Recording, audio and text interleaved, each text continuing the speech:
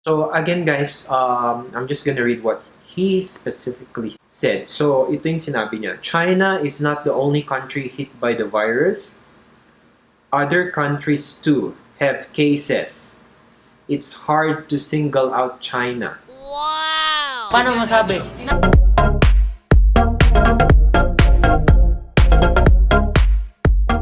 They are so concerned and they like this type of, ano bang tawag dun? Like species of a bear.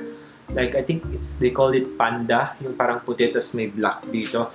So they put a lot of money on that for rehabilitation and then to expand their population. Some a news team even went to Wuhan. That's because yung Wuhan guys, it's located in the middle of mainland China kasi malaki yung China. So, pag nag-spread talaga yung disease, talagang damay-damay. Hindi siya yung parang kumbaga in the Philippines, it's only located in Mindanao. So, it's hard for it to go through Visayas and then Luzon and infect the whole country as compared to China. Why are you trying to focus on one animal?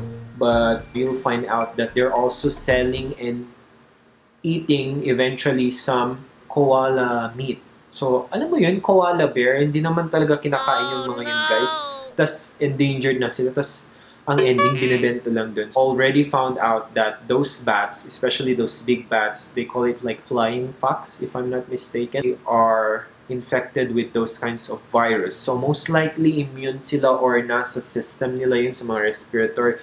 And then normally, even that thing has been killed, the virus is still alive there and then nagsesecrete yung katawan ng dead animal. Most likely, kahit nalalanghap mo hindi mo kinakain, syempre, mahawaan ka.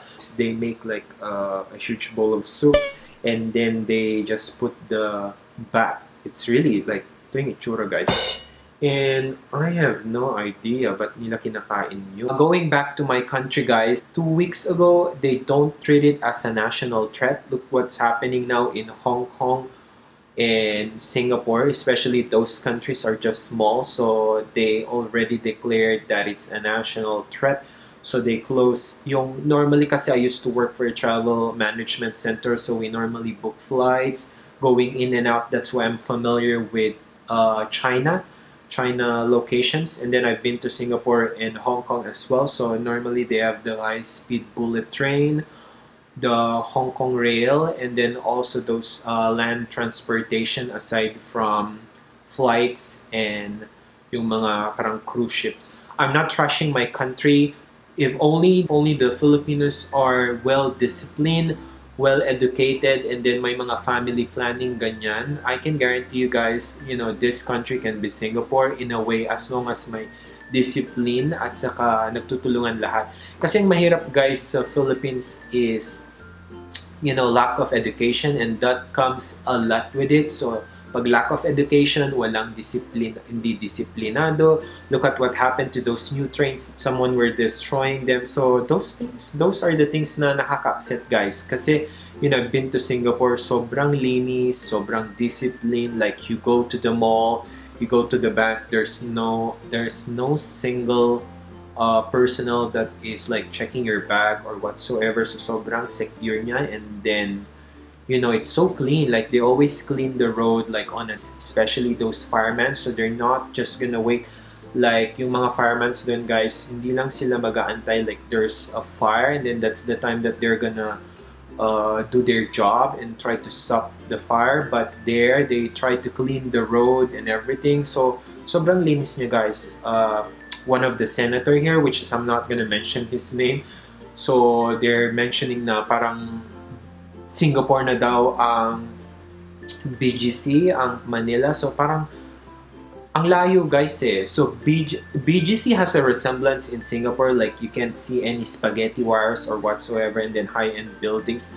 But still Singapore is way better, like hindi lang more than 10 times guys, kasi sobrang ganda ng Singapore and I've been there twice and then for a long period of time. So you cannot really compare kasi ibang-iba yung tao, honest sila. Again, we're not gonna mention any names because this is not a politics. So ito lang update lang guys, because a lot of people are also some of my friends were also chatting me, asking me what's the yung comment or whatsoever. So that's why I'm making this vlog. I'm not trying to make any drama or whatsoever. So opinion lang naman guys, this is just opinion. So all of us are entitled to, wag lang naman tayo mag-trash talk or whatsoever. So again guys, I'm just gonna read what he specifically said. So ito yung sinabi niya. China is not the only country hit by the virus. Other countries too have cases.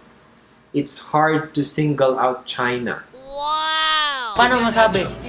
So ang point dun is, kung gagawa ka ng comment kasi guys, make sure naman that you made some research. The problem is this guy is not aware of that basic na kasabihan, which is as they always said, na prevention is better than cure. Kasi saan ba nanggaling yung where did that virus came from? Basically, it came from China. So, in order for you to prevent that, you need to find out where it's coming from. What's the root cause? Ganun normally mga doctor ang ginagawa nila. You're trying to find out what are you doing, what's causing your sickness, so that you have to avoid that. Just like me, I used to have an asthma before.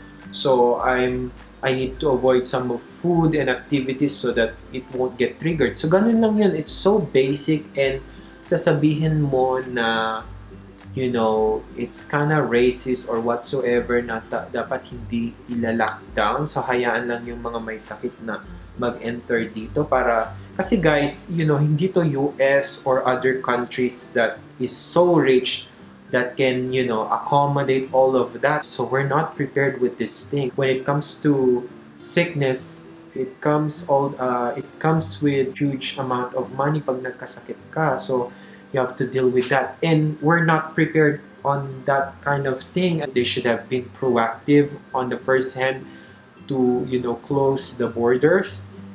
And then, not just limit, but try to, stop all the flights from mainland China entering here in the Philippines.